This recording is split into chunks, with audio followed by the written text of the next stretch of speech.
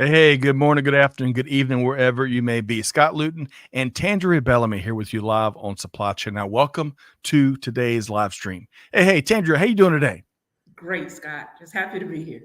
Uh, we are happy you are here as well. We've got an incredible show teed up, and we may just talk about some football prognostications. We'll see if those Niners sign that key talent we were talking about pre-show, huh?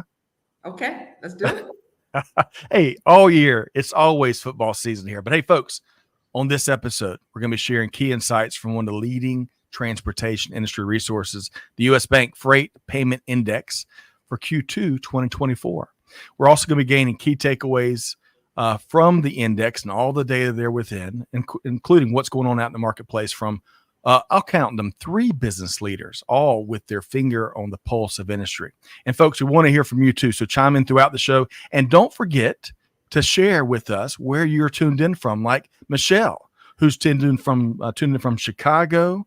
Bill Huber is tuned in from Lake Greenwood. Bill, great to see you here today. Carrie, tuned in from Little Rock. Welcome all.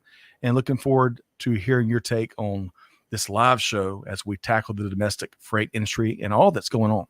All right, so Tandreia, you know this. We've talked about this. One of our longest running series here. It comes to you every quarter. U.S. Bank is one of the leading financial institutions involved in powering the transportation industry forward. Now, as I mentioned, each quarter, the U.S. Bank Freight Payment Index offers compelling insights based on the data, tons of data, truckload by the container load, that's processed through U.S. Bank's $42 billion worth of transactions it handled in 2023 alone. And that's one of the biggest reasons why U.S. Bank is such a great resource for this information that many business leaders can leverage out in the marketplace, kind of roll it up into their decision-making processes, especially as we're trying to get a sense of what's going on. Tandreia, that is a ton of data to glean some powerful insights from, huh? It is. And because it's the way it's handled and the way it's gathered, it is fact. This is what was spent. This is where it was spent. And it's excellent resource because you don't have to worry about any prognostication. This happened, this occurred, and they present it in a way that is very easy to digest. That is right.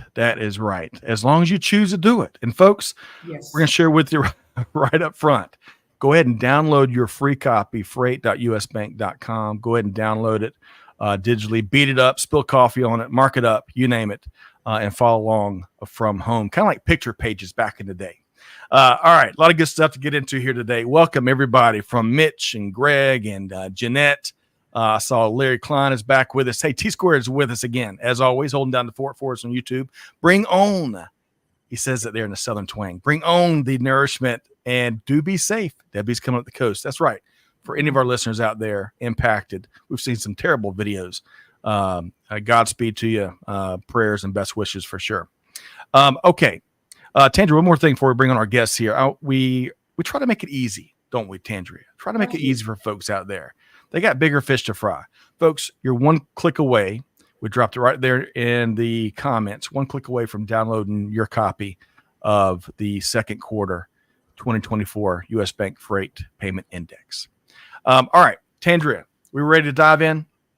Absolutely. Let's go, Scott. You're always ready, my friend. All right, so I want to welcome in our featured guests here today, starting with Bobby Holland, Director, Freight Business Analytics at U.S. Bank, and longtime friend, industry dynamo, Lee Klaskow, Senior Analyst, Transportation and Logistics at Bloomberg Intelligence, and host of Talking Transports podcast.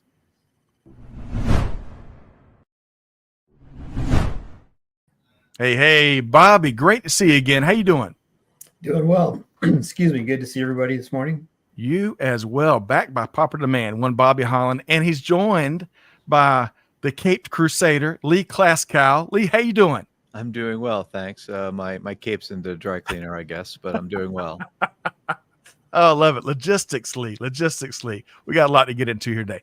All right, so Tandreia, we were talking pre-show. Before we get into all about the domestic freight industry and what's been going on and offering our folks some powerful takeaways, I want to ask each of y'all what's one of the coolest things you've done this summer, okay? And Lee, I'm going to stick with you. because I've seen you. I've been doing my homework on you. You've been here, there, and everywhere. What's one of the coolest things you've done all summer, Lee? Well, I got two cool things. One, I got up close with a puffin in Iceland, which was pretty cool to see those little birds.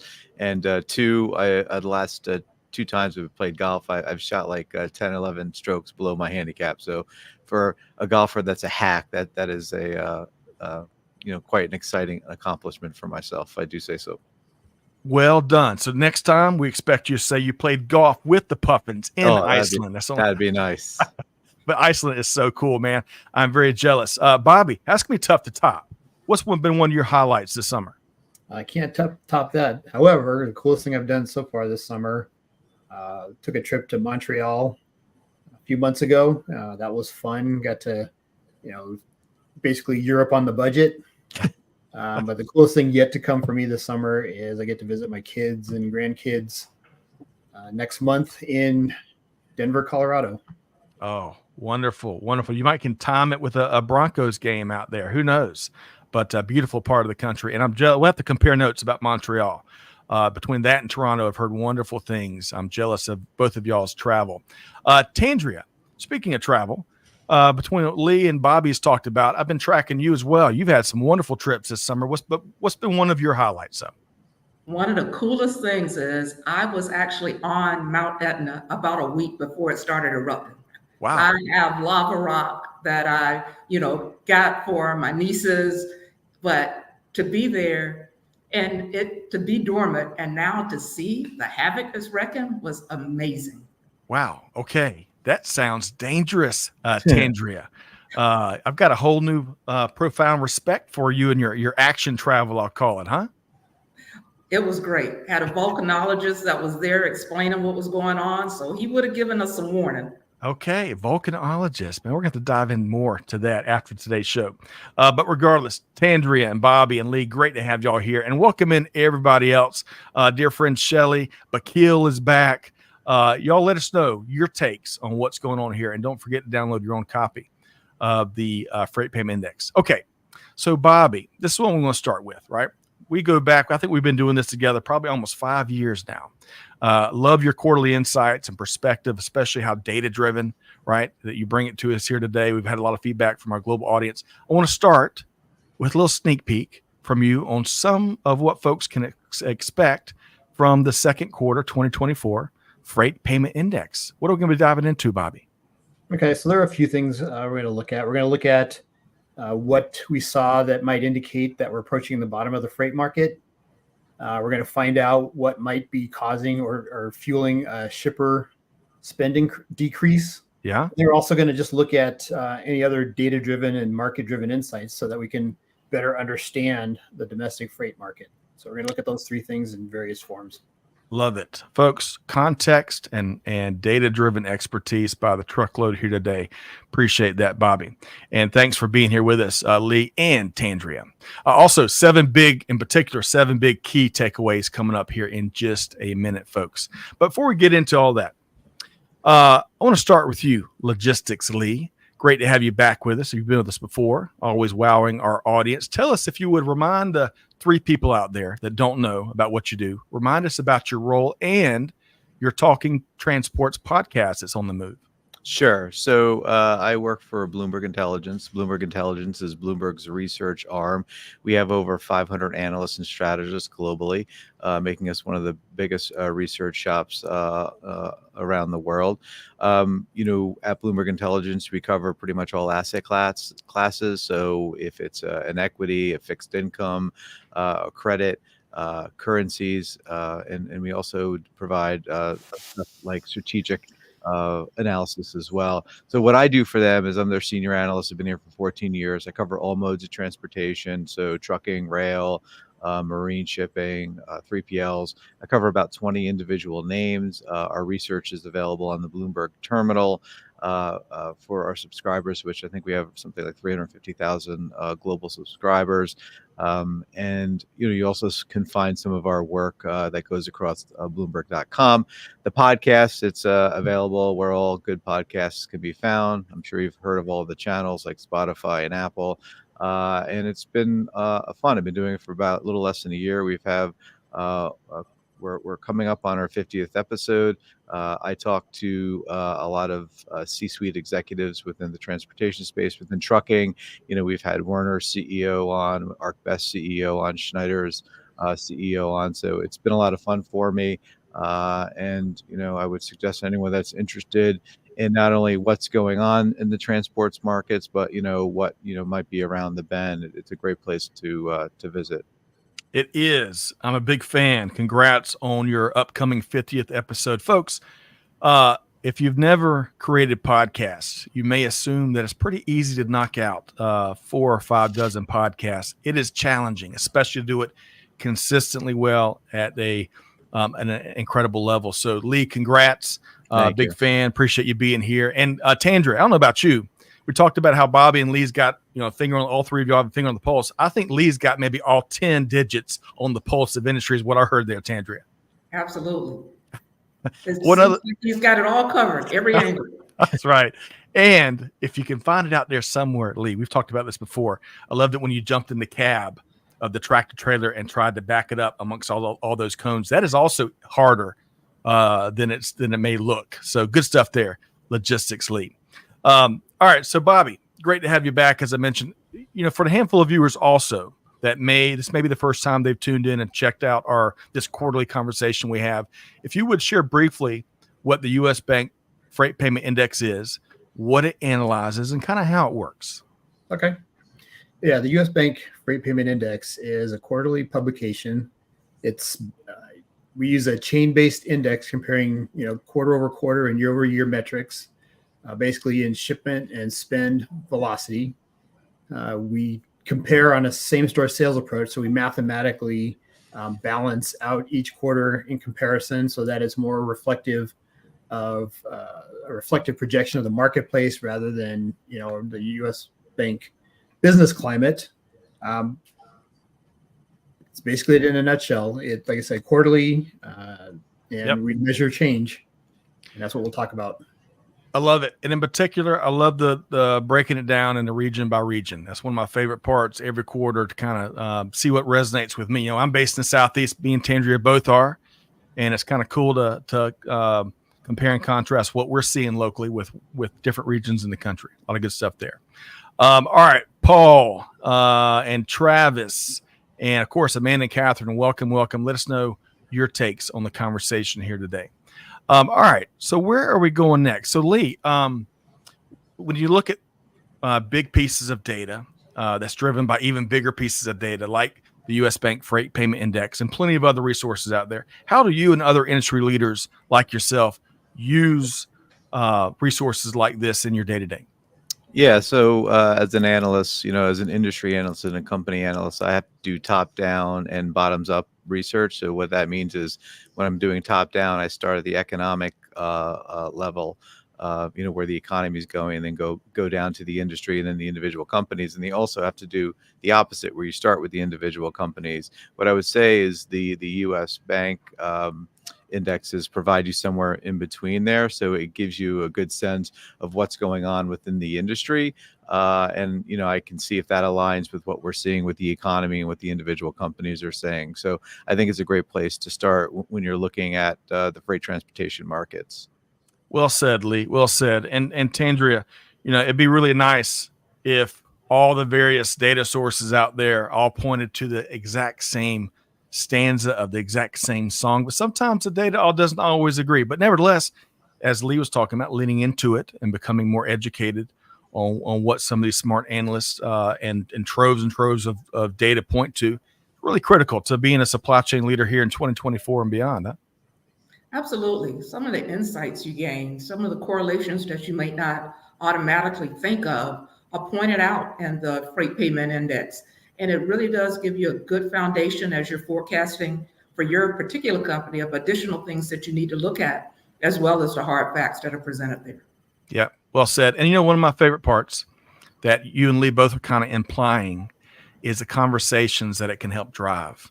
Right? You get a group of folks from different parts of the organization, and you kind of go through it, and it's interesting. It's like having sometimes a a good old family fight at the Thanksgiving table. If y'all ever been a part of one of those, very passionate people out there across global supply chain. All right, we're about to go through 7 key takeaways from each from the second quarter 2024. I want to welcome in, hey, Michael from Alpharetta, Georgia. Welcome back via LinkedIn. Looking forward to your take here today. Steve Green from Greenville, South Carolina, the upstate, the supplychainmaestro.com. How about that, Steve? Looking forward to your take here today. All right, Bobby, the pressure's on, right? There's more than 7 key takeaways, but the 7 that we picked here today, I think we all would agree, if our listeners and viewers leave this conversation with anything in mind, these 7 key takeaways, I think, are amongst the most critical things. So let's start with let's start with national shipments. What are you seeing there when it comes to national shipments in our first key takeaway? Well, first off, I like, the way that you guys put it. This is another set of data points. This is our view on the marketplace. So from a national shipments perspective, what we saw in our data was that shipment volumes were down overall. However, for the first time in 2 years, we saw quarterly gains and improvement in the 3 of the 5 markets. So this is one of the indications, as we teased out, of that might indicate that the freight market might be nearing its bottom. Consider it because like I said, we measure velocity, consider it almost like pulling up on the yoke and, slowing the dive, so to speak. Right. This may be an indication of that. I like it. And Lee, I'm coming to you next. It reminds me, as Bobby shared 3 to 5, Jack Nicholson had a really interesting role in Mars Attacks back in the day. And there's a scene where I'm going to paraphrase him. Hey, 3 out of 5, and that ain't bad. Yeah, hey, growth out of 3 out of 5 regions. We'll take it. Lee, what are you seeing both in this report and in your perspective across national shipments? Well, as an analyst, I only have to be right 51% of the time, so that's even lower of a margin there. But what I would say is I would echo what Bobby mentioned, and I think what that's driven by is the inventory destocking cycle appears to run its course. So that means retailers and companies. Inventories are at a decent level where they're going to start buying again. And what we're also seeing is, a return to seasonal demand.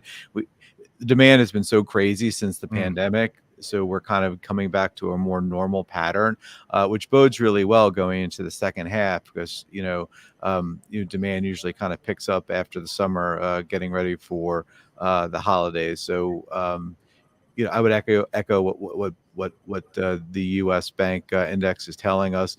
From our vantage point, we'd be as bold to say as we're past the bottom within the freight market. So we're pretty optimistic about the second half. Okay, love to hear that. Appreciate that, logistics, Lee. All right, so Tandreia, when you think of that national shipments landscape and some of what Bobby shared and some of what Lee shared, your thoughts? One of the really interesting call outs that I saw on the report was that consumer discretionary spend is now getting split or going more for services and experiences than goods. And that's definitely something that, from a long-term standpoint, we need to keep an eye on, because if discretionary spend is getting away from consumables, it could have a longer impact. So again, that's another data point. Well said. And it's tough to it's tough to strap down a service or experience on the back of a truck. So good point there, Tandreia. All right. So Bobby, moving from national shipments to national spend for our second key takeaway. What is that? Well, this is the other part of that equation. We saw that quarterly spending by shippers fell faster than the shipment volumes in Q2. So we think this decline was likely more to fewer shipments and falling diesel prices than, perhaps any freight rate decreases, because we've kind of seen that rates are flat to slightly up. But diesel prices, as an example, after a slight increase in mid-quarter, it's hovering at $3.75 roughly a gallon. That's considered very low, considering how high it got, even a year and a half ago. Yep. Well said. Well said. And in fact, speaking of diesel, the U.S. Energy Information Administration projects continued softening diesel prices throughout third quarter before a big surge, of course, in fourth quarter. All right. So, Lee, when it comes to the national spend and some of the trends there. Any thoughts? When you said speaking of diesel, I thought you were going to say I look like Vin Diesel. But anyway, on the rate side, on the spend side, again, echoing what Bobby says, diesel prices are down, so that's impacting it. We're also seeing spot rates. Spot rates are down around 3% on average this year. Contract truckload rates are down between 8 and 9% this year. But like from a sequential standpoint, you are seeing spot rates kind of like bouncing off the bottom, which gives us a little confidence. Per our earlier statement that we think we're past the bottom and we're in the very early stages of a recovery. I don't want people to get too excited because it's going to be a slow recovery, probably a slower recovery than in past cycles. Logistics Lee, I love your optimism. I love your data-driven, frank optimism about the second half of the year. Tandreia, when it comes to the national spend, what else stood out to you based on what you saw in the report or what Bobby has shared here today? It's just echoing what's been said on the fuel. Yep. You think falling fuel prices have got to be a good thing, but if you don't understand the impact of fuel surcharges on revenues, that's where it could get in a trick box. So again, it's understanding all of the data points. That's right, which is why you got to lean into them and take the time to uncover and frankly read and talk about what data is pointing to out there, whether it agrees or it disagrees with each other. Okay, now, folks, as we shared earlier, I'm going to pull up this graphic again. You can't quite see it. We'll blow this up maybe the next one. But 5 regions we're going to walk through. Right. So the first 2 of the 7 key takeaways were kind of at that national level. Right now, we're going to go region by region and get a key takeaway here. And we're going to start with way out west. And, Bobby, typically we save the West for last, right? Wild West. But we're going to start there this time. What are you seeing out there in the West? Well, we saw that after 8 consecutive quarters of declining shipments, we saw that with housing starts and increased sea and land activity, port activity, that they were up 1.5%. Now, again, that sounds minuscule, but considering, it was in double-digit decline, for the last couple of quarters, 1.5 again shows that the dive may be slowing dramatically. Yep. And speaking of port activity on the West Coast ports, they've continued to see increases, kind of what you're pointing to, especially in June 2024. Now, some of that is certainly driven by growing concerns around East and Gulf port labor negotiations between USMX and ILA, which impacts some 85,000 workers at over 100 ports in the East and Gulf areas. We got seeing some hedge in there. The current labor deal expires on September 30th, 2024, less than 2 months away. So the heat is indeed on. But Lee, whether it's any of that or what you're seeing out west, your thoughts? Yeah, so looking at the port data, that's extremely interesting. You see the surge of growth.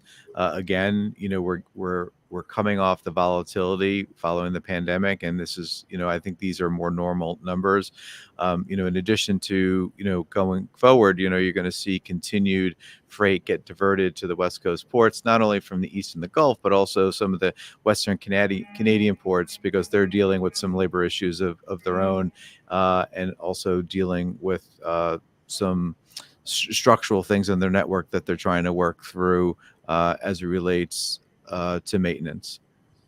Yeah, good stuff there, Lee. And I think I read earlier that despite the increases, they're getting better at throughput. I think the Port of LA has been able to take out 2.5 days of transit time in June. I think June specifically.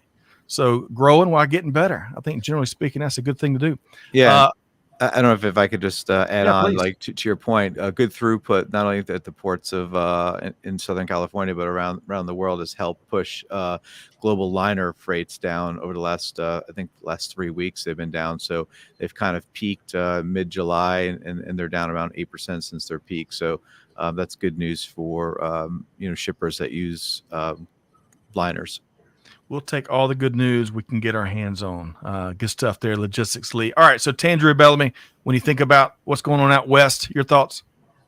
The first thing that comes to mind is, of course, what's going on in the labor climate. They stopped talking in June. They haven't been back to the table and don't go back to the table until the beginning of September with a contract that ends the end of September. So that is something that could definitely wreak havoc. And we're going to need that additional throughput if those ports do go out on strike. Excellent point. You're talking about the USMX and ILA, Yes. right? Yeah, Yes. Gulf and East Coast ports. Good, excellent point. Okay, I was about to ask each of y'all to weigh in what we're going to see, but I'm not going to do that. I'll save that for later, maybe. All right, let's keep moving. Let's move around to the Southwest. So, Bobby, what's for key takeaway number 4? What do we see out there in the Southwest? Well, the Southwest usually tends to outperform the other regions, particularly since the pandemic. However, it was a 13.6% drop in quarterly shipments, and that was the largest drop of the regions, and the 6th decline since our data Q1 2020.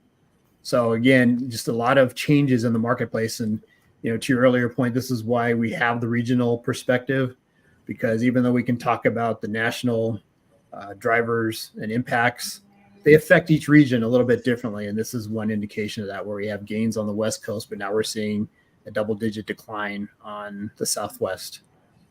Excellent point. I'm going to bring in Jacqueline. We were just talking about the ports a second ago. Jacqueline says, hey, ports of Long Beach, Los Angeles sure have come a long way. I vividly remember when the wait time to unload your cargo back during 2020 and 2021. You are not alone, Jacqueline, I am sure. And great to have you here today. Hey, really quick, you just touched on the Southwest for our 4th key takeaway, and we touched on diesel a minute ago. Hey, folks, did y'all know, as of July 30th, 2024, the cheapest diesel fuel in the 50 U.S. states can be found right here in the Southwest region, Oklahoma, where it was as of a week and some change ago, $3.35 a gallon. Any guesses where the most expensive diesel could be found in all 50 U.S. states? Any guesses? Y'all know Hawaii. What were you gonna say, Lee? Hawaii. Close enough. In Hawaii, $5.43 a gallon out there. Friends out in Hawaii. Okay, so Lee, let's talk about the Southwest. Let's talk about the Southwest for a second. What are you seeing? Honestly, I don't get that granular in the regions like this. So, big fan of Southwest food, but outside of that, I don't really know. I'm sure there has to be something specifically going on there, whether it's a manufacturer that had to shut shop for some reason. But yep. I bet you remember, as Jacqueline was pointing out, those cargo times from 4 years ago to now. I bet you could write a book on some of the things you have seen, some of the folks you were spoke to, and some of those experiences, huh? Sure. I mean, ships were out, waiting to dock for a couple of weeks, and that really disrupted supply chains, and that created the run on toilet paper and paper towels during the pandemic, as I'm sure we all painfully remember, and the panic that we had of whether or not we'd have this stuff in our homes. But yeah, the supply chains have come a long way. There seems to have been a number of black swan events that no one could have predicted, whether it's either from the pandemic or all the way to what's going on in the Red Sea right now. So there's a lot of uncertainty and unknowns that are facing the supply chain, and that's the reality of supply chains, right? You just never know what kind of wrench is going to get thrown into the machine and wreak havoc on throughput. And we've seen one dislocation after the next over the last 4 years. So it's been definitely an interesting time to cover the space. And another one, the bridge in Baltimore that collapsed. That was another something that the day before I was on vacation, actually in the Southwest, so tying this all together. And my associate called me at 3 a.m. local times, like something happened. I was like, oh, great. So you never know when good or bad things are going to happen to supply chains. You're right. And going back to that wrench analogy, you don't know which Stanley wrench is going to be thrown into the mix, but you can expect one on a regular basis. It just goes with the territory. Good stuff there, Lee. And by the way, when you write that book, the Logistics Lee Lowdown, okay? Or it could be your second podcast. We'll work on that with the copyright lawyers later. Tandreia, Southwest, based on what Bobby shared or what you saw in the data, your thoughts? Well, I guess it's good news, bad news. The bad news is it was still down, but it was down 1.4% in spending compared to being down 16% last quarter. So, and cross-border trucking still remains strong. Yeah, excellent point. It's remarkable what's going on in Mexico. You're referencing the border and the cross-border traffic. It really is. Looking forward. We're launching, Lee, speaking of podcasts, Supply Chain Now in Espanol, coming soon as we relaunch that in September. It's going to be exciting. Muy bueno. You're going to work on your Espanol, Scott? Man, Tandreia, you should take me to task. I've been talking about this for 5 years. So yes, I am. I'm picking up a book, and I'm going to be fluent soon. Good stuff. All right. So let's moving right along. Let's move over to the Midwest. Always one of my favorite regions to dive into. Bobby, what are you seeing? Well, the Midwest was one of the two regions that posted a decline in shipment volumes, and the 6% drop was 3 times larger than that of the next highest region. Again, it's one of those regions that in cases can be stronger, but again, it was double digits before, so 6% decline. It's an improvement, but is it a distinction without a difference? They're still struggling for a variety of reasons. Midwest, of course. When you think of the Midwest, a lot of folks think of manufacturing, rightfully so. One of my favorite aspects of global business. And the Institute for Supply Management, PMI, that data came out. We always look at it every month. Speaking of great data to go compare and contrast, it showed indeed continued contraction nationally in this vital component of industry, with really a considerable drop from June to July. So I'll call it the manufacturing malaise continues a little bit. Of course, Lee referenced that uncertainty out there. A lot of business leaders, CEOs, CFOs, home buyers, you name it, all of us are looking to when are we going to get some relief with these interest rate cuts. Of course, we've got an election to get past too. We'll all gain some certainty there as well. But back to that PMI data from our friends at ISM, July numbers showed that new orders, employment, and production all were down. And unfortunately, we've seen a variety of layoffs in the manufacturing industry here in recent months as well. Lee, your thoughts, maybe in the greater manufacturing area or Midwest, your thoughts? Yeah, to your point, the ISM, the manufacturing index, has been down 20 over the last 21 months. When I say down, it's been in contraction territory, which is below 50. We use the ISM in our analysis as a kind of leading indicator for less than truckload demand. There are a few economic indicators that are out there that are actually leading indicators, and we would say the ISM is a great one. Usually it lags LTL demand by a couple months. So all that being said, we expect LTL demand to be weak in the coming months. You did mention jobless numbers. I'm looking at my notes right now because it came out this morning. Yep. Jobless claims were 233,000. It was about 7,000 below consensus. So that's good news for the job market. And you mentioned interest rates as well. I guess consensus believes that, we're going to have a cut in September. That seems like a high probability. And again, that's a stimulus for freight demand. So that could be a very, positive forward demand. And again, late in the second half. And that's part of our, I would say, optimistic outlook on where we're heading over the next 6 months. Yeah, good stuff there, Lee. More good news from Lee Klaskow. Tandreia, before I go to you, I want to add one more note on the jobs front since Lee brought it up. And then this may be going in a different direction, opposite direction. The jobless rate amongst recent grads is at its highest level since 2016, with one exception. That was the summer of 2020, which, of course, was impacted by the pandemic. All right, so Tandreia, when it comes to the Midwest or the manufacturing industry or some of what Bobby or Lee shared there, your thoughts? Scott, you mentioned a whole lot of things that are going on that are adding to a lot of uncertainty. And that's one of the regions of the country that they don't have the same fallbacks that some of the other areas do. If you look at what's going on in the housing market, you're getting a lot of people who are moving out of certain areas and they're moving south. And if you look at some of the housing starts, that also supports trucking and freight. Yep. It aligns. So unfortunately, there's a lot of things going on in the Midwest right now that are negatively impacting their economy. Yeah, well said there, Tandreia. Since last time you joined us, Bobby, I made a visit out to my old stomping grounds in Wichita, Kansas, where I spent 2 years with the Air Force and reconnected with a lot of maintainers that keep fleets flying. And I tell you, salt of the earth people and the sheer talent. I mean, they're unfortunately they're forgotten about often in terms of like the maintainers, but that's what keeps global industry and certainly global supply chain moving forward.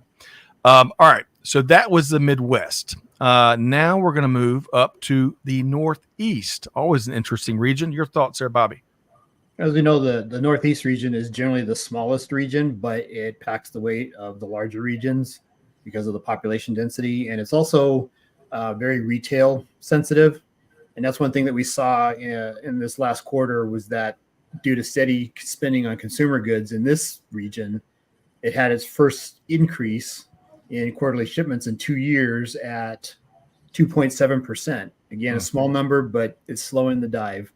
And it's the spend only dipped by 0.1%, and that was the smallest decline of the region. So again, the Northeast is punching above its weight for a variety of reasons, but mainly, I think Lee mentioned it earlier about the retail, balanced retail reversal starting, and other reports that we saw, said similarly. So we're seeing that reflected in the Northeast numbers. Yep. Excellent point there. And hey, to your point, we got to slow the dive before we stop the dive, right? So we'll take any small incremental gains is a good thing. I would just add, of course, housing starts is something we look at all the time. We always track, given its contributions to the economy and certainly freight activity. And it's been a bit of a mix, good and bad, for the Northeast. Single family housing starts saw a drop in the region, as well as I think in the Midwest too. But multi-family starts, like apartments, showed impressive growth in Northeast and the Midwest. In fact, in some data shows over 20% growth month over month in new apartment starts, multifamily starts. So that is good news. Northeast, Lee, up in your neck of the woods, your thoughts, whether region or when it comes to construction markets, or you name it. Yep, I'm working out of our New York office right now, so I'm in the heart of the Northeast. I think whether it's the Northeast or the whole nation, I mean, the consumer is really going to be key for the freight recovery. The good news is that inflation has been moderating. It doesn't mean it's going down; it's just not increasing as much as it was. And inflation has had like a major impact on people's purchasing power. When you've had as much inflation as we've had in the U.S. In a country where a lot of listeners might not even remember inflation over 1 or 2%. So these are very difficult times, and it obviously doesn't impact everyone the same. If you're higher on the income bracket level, it doesn't really impact you one way or another. But if you're at the low end of the income level, then you're going to feel it a lot more, and you're going to be buying a lot less. So I think that as inflation moderates and as wages slowly kind of make up for lost ground, I think that's a good thing. I also Tandreia mentioned earlier about services, people buying less services. It's interesting that what we're seeing in earnings season, we had like Airbnb and Uber talk about people using their services less and less demand. You've had a lot of fast food restaurants saying that less demand. So these things, while they're all negative, bad news, maybe the people that during the pandemic weren't going away pivoted to going away, and now they're pivoting back to normal, and that could mean maybe they're looking to go to the mall and buy a pair of jeans or something like that, or maybe some Auntie M pretzels with that. But it's I view that all as, I know it sounds like it's a negative, but actually I view that as a positive for people buying stuff, and I would never bet against the U.S. consumers' desires to buy stuff. We always find a way, whether you have the money in the bank or you're going to do it on credit. Yes. Lee, a lot of good stuff there. And if you eat too many of those M&M pretzels, you're going to be looking for bigger jean sizes. I've been there, done it, folks. Be careful. But you mentioned consumer spending. And Tandreia, I'm coming to you next, but one quick comment. I saw data earlier today through June that showed resilience in consumer spending here in the U.S., but growing numbers of folks are planning out their expenses and doing more homework in light of inflation. Even though it's slowing, we're not quite at that 2% that the Fed's looking for. So while the spending has been resilient, still folks are looking for smarter buys and more summer deals, even though we're already here in August. Good stuff there, Lee. All right, Tandreia, we just talked about a bunch of things there, but it was all tied back to what Bobby was seeing in the Northeast and what the data shows. Your thoughts? I felt great discussion, and I really don't have anything to add. I think you guys have covered it very well. Okay. All right. Well, let's talk about this. Annie M's pretzels, or what's that famous Great American chocolate chip cookie? When you go to the mall, which one do you have to have? I'm leaving them all for you, Scott. Oh man. Okay. Unfortunately, I'll take them. I will take them. My kids go for the pretzels, and I take the daddy tax and take a bite. Oh, I love it. That daddy tax is important. All right, let's see here. All right, so we're for our seventh and final key takeaway, folks. There's a lot more to this report, though, so we want to encourage you. Download it for yourself. It's free. It comes out every quarter. Check it out and let us know what you think some of the most critical takeaways are. We'd welcome that feedback. But Bobby, we're going to wrap up the key takeaways in me and Tandreia's neck of the woods, and that's the Southeast. What you seeing? In this region, strong import activity at the area ports, and this one, because it's a generally, the tourist area, because of the warm weather and summer activity, it's seeing a lot, not only in the experiences area, but consumer demand for goods is one of the things that we think spurred the second highest increase in quarterly shipments and the second lowest decline in quarterly spend. For the Southeast, shipments were up 1.8% and spend was up 0.9%. Again, slowing the dive. One thing that'll be interesting about this region over the next couple of quarters is seeing how the weather down there will have an impact with all the flooding and the hurricane seasonality. See what that'll do to that area's numbers over the next quarter or two. Well said. And a quick shout out to the nonprofit AllenAid.org, which does wonderful work when it comes to what we're seeing on the Gulf Coast and East Coast ports with hurricane season, or what we see year round. So check out AllenAid.org. And thank you, T Squared. It is Mrs. Fields. That's what I was trying to think of with those chocolate chip cookies. And yes, Annie Ann's are wonderful as well. Jacqueline, and she's preferring those pretzels over the cookies. I tend to be with you there, Jacqueline, although I'm a sucker for a wonderful chocolate chip cookie. But back to the Southeast. Bobby, you led off your key takeaway, some of your perspective there on consumer demand, and it is generally healthy in the Southeast, right? It's all the splurging, I would say, that folks do as they pack up their cars and head to the beach. Not many expenses are spared, right? But one thing you don't need when you head to the beach is you don't have to buy furniture. And that's one segment of industry that's shown quite a drop in the first half of 2024 when compared to the first 6 months of 2023. In fact, folks are spending about 7% less on furniture during that time period, and that certainly impacts Southeast and other parts of the country.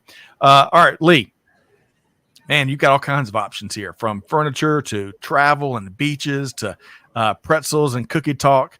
Your thoughts here, Lee? Wow. What I would say, I'll probably make lemonade out of lemons here. So we mentioned the storms that we've been seeing. While it's obviously terrible and it's devastating to the people impacted, it can have a positive impact for freight demand, because first you get the people come in, whether it's you're delivering water, and then you have the rebuilding. So it's the aid that comes in, and then it's the rebuilding, and the rebuilding could have a longer tail, because I'll tie in furniture. If your couches are underwater, you're going to need new couches. So, right. Hopefully insurance you got yourself flood insurance, but the net impact can be very positive to freight demand. And it'll be interesting to see, what's going on in the spot market these next couple of days, as I guess supplies are being brought into the region. And people also, they go to the grocery store, right? And it was kind of lighthearted talking about toilet paper and paper towel. Yep. I mean, people go to the grocery store and buy everything out just because they're panicking, and so the stores have to restock their inventory. So it can have a positive knock-on effect for freight demand. Yeah, well said there, Lee. I appreciate that. All right, Tandreia, Southeast, our neck of the woods, or any of those other topics that Bobby and Lee touched on. Your thoughts? I think from a Southeast standpoint, the growth and the new building is unbelievable. I know everywhere I go, something is under construction, whether it's more townhomes, more subdivisions, more office buildings, which I thought was very surprising. And then from a furniture standpoint, Scott, I think that drop from 22 to 23 was really artificial, because you had, during COVID, everybody was at home doing the remodeling, changing out furniture. I know I did, and I don't need to do that again. Yep. But then you look at all of the new buildings that are going up, and people will need to go in. If they're going into a new home, new condo, new whatever, more likely they're going to want new furniture as well. So we probably should see that level out. Tandreia, excellent point there. More optimism. So second half of the year, you're projecting some furniture industry gains, right? We won't see the decline that we saw I love it. 23 versus 22. Well said. I'm going to try to, as much as I love the furniture industry, I'm going to try not to contribute to that this year. Maybe next year, but in Luton household, we're going to try to control those dollars. Let's see here. You said on the front end of your response, Tandreia, about the growth and construction expansion. I drove up to Nashville a few weeks ago from Atlanta, drove through Chattanooga, and goodness gracious, Chattanooga, I think folks are moving in from around the globe to Chattanooga. It's some of the worst traffic I've seen it in D.C., I've seen it in Atlanta, I've seen it in Houston, I've seen it in New York, and Chattanooga. Watch out, folks. So lots of growth and expansion throughout that. That is the 75 corridor. 75 corridor. Yes. Thank you. I was getting my Atlanta X's and interstate matrix wrong. All right, a lot of good stuff here. Got one more question for you, Lee, and you've already spoken to this a couple of times, but I definitely want to really spike the football here loud and clear towards the end of our time. We've talked about that the first time since second quarter 2022 that 3 of the 5 regions that Bobby touches on, the freight payment index touches on, all reported increases in quarterly shipment volumes. That's just one data signal out of many, many. But Lee, does your data square with what U.S. Bank shows when it comes to the freight market? You've spoken to how optimistic you are that we may have already hit bottom and the second half of the year will be stronger. But any additional thoughts you want to kind of wrap up on there? Yeah, I think it lines up with what they're seeing in the second quarter. We're just coming off an earnings season for the second quarter. So, part of my job, I'm not going to say it's the fun part of my job, but I have to listen to, every earning call of the companies I cover and some of the companies that are related. And, what we're hearing a lot is that tender rejections on trucking for trucking companies are increasing. So that's a good sign. And then what we're also hearing a lot is that seasonal demand is coming back. So, I'd rather look forward than look back, but like looking forward, I think we're setting up for a much better second half. It's not going to be like, the heyday for truckers like we saw during the pandemic, but, you're definitely going to see rates moving off this $1.50, $1.55, excluding fuel surcharge, per mile rate that we've been stuck in. A lot of that has to do with how fast capacity is going to leave, and capacity has been pretty stubborn to leave, and some of that has to do with the fact that truckers nowadays, because they have a phone, they're able to get freight a lot easier than they were 10 years ago. And also during the pandemic, a lot of these small businesses, because that's what trucking companies are. I mean, not everyone is Knight Swift or JB Hunt. A lot of trucking companies are one person, one truck, and they were able to get some of these small business loans during the pandemic that's kept them afloat. And I think that is kind of winding down. So I think you should start to see not a huge acceleration of capacity leaving market, but a continuing cadence of more and more capacity coming out, which again, terrible for the people that are impacted, but good for the health of the truckload market. Yep. Appreciate that logistics, Lee. All right, so I'm going to get a snapshot in just a second. I'm going to get Tandreia and Lee to both to maybe give us a prediction for what's ahead. But Bobby, I want to circle back around to something you shared earlier, and I want to make sure we accentuate, we amplify this out there because we've been doing this a long time. And I love how you welcome other data perspectives, market perspectives, you name it. I think you welcome that feedback, and I think that's what makes these kinds of conversations more valuable. Because we welcome agreeing points of view, we welcome disagreeing points of view, and with that, we have a real conversation. So, Bobby, am I getting all that right? Is that the point you were making earlier? Yes. We're, as a bank, we try to stick to the data. We do work with an economist, so there is some interpretation in there, of course. And then we do our own research as well and add to that commentary. Yep. But generally, that's why we don't make predictions. There are things that we'll be looking for, right?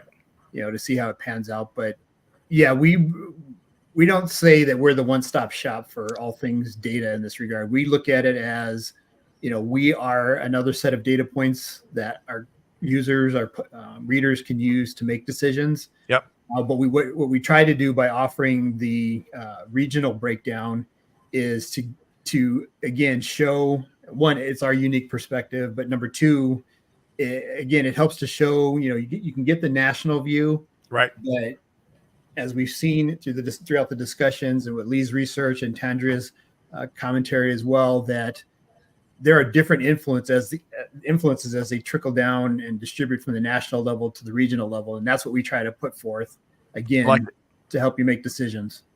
A variety of layers. And you welcome in feedback, and we welcome in feedback, folks. You're out there, and a large part of our audience is out there in the market making it happen. They see it up close and personal. A lot of things we're talking about. We welcome your feedback, and we'd love to pass that along to Bobby. So let us know for sure.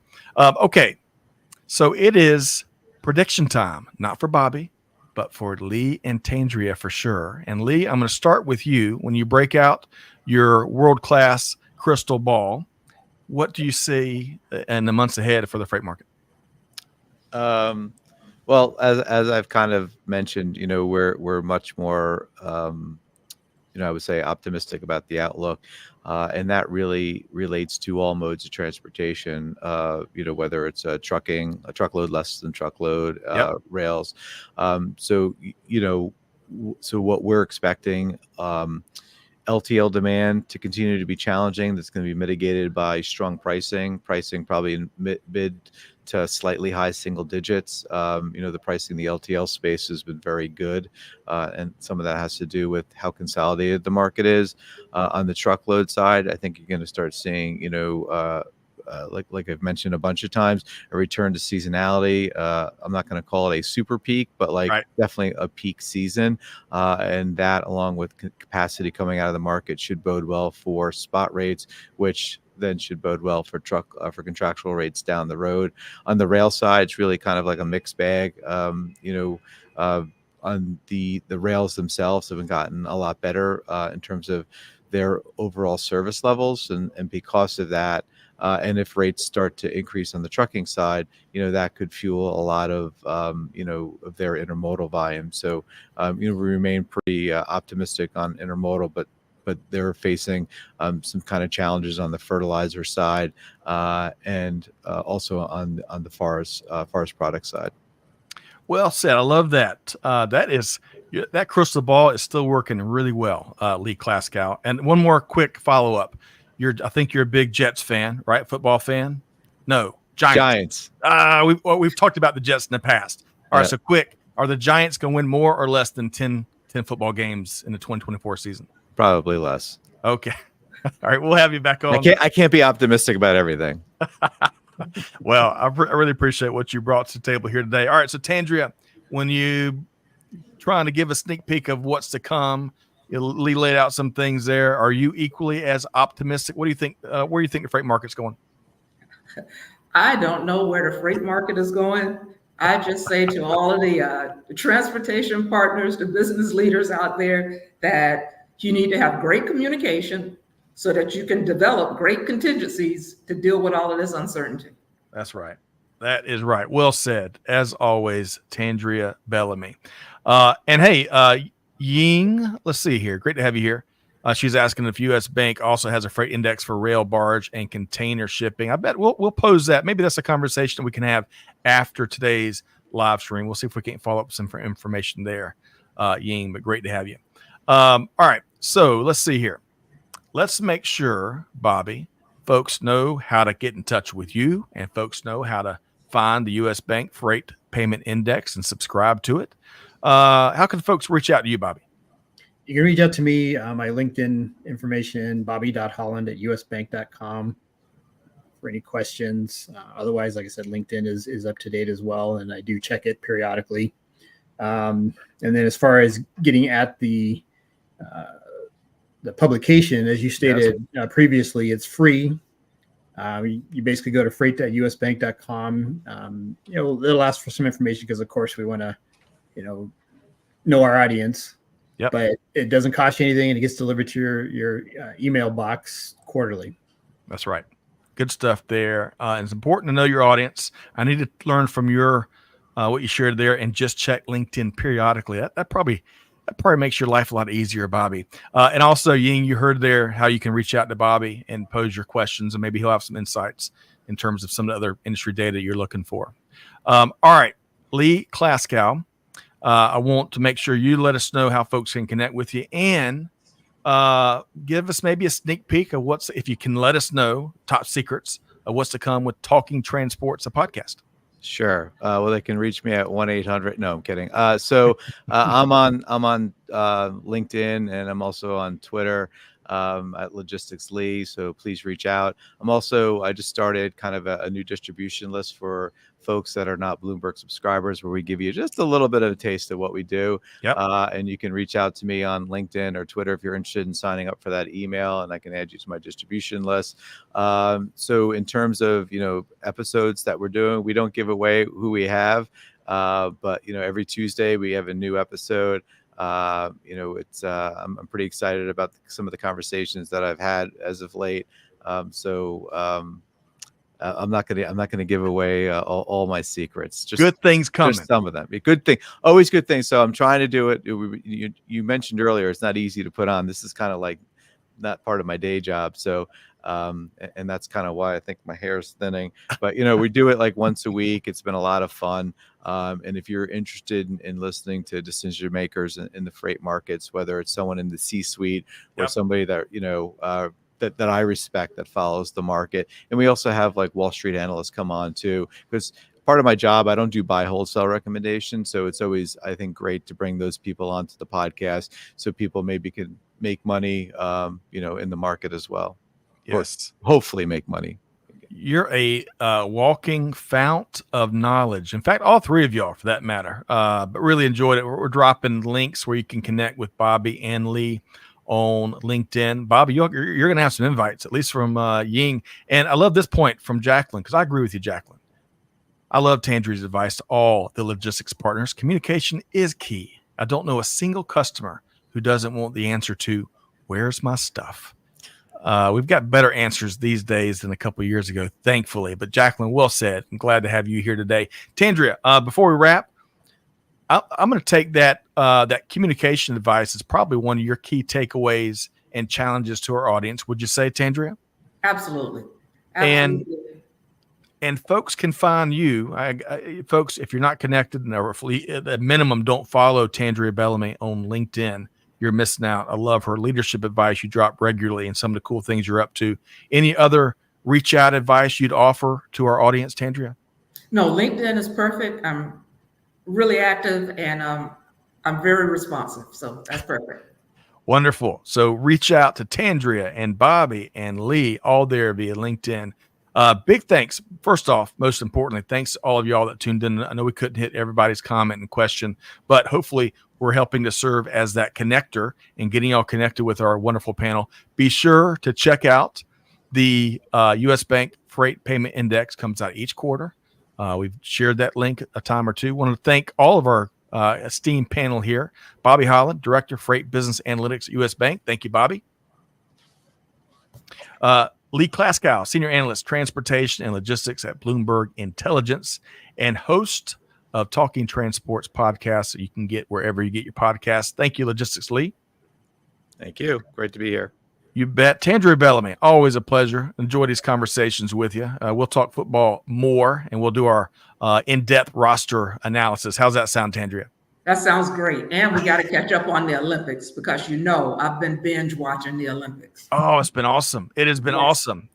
We should have touched on that more, but hey, folks, thanks for being here. Hopefully you've enjoyed this conversation as much as I have. Lots and lots of, I think, actionable key takeaways with some follow-up opportunities. So do your homework, download the data, and lean into it. Let us know what you think. But with all that said, on behalf of the entire team here at Supply Chain Now, Scott Luton, challenge you, do good, give forward, be the change that's needed. And we'll see you next time right back here at Supply Chain Now. Thanks, everybody.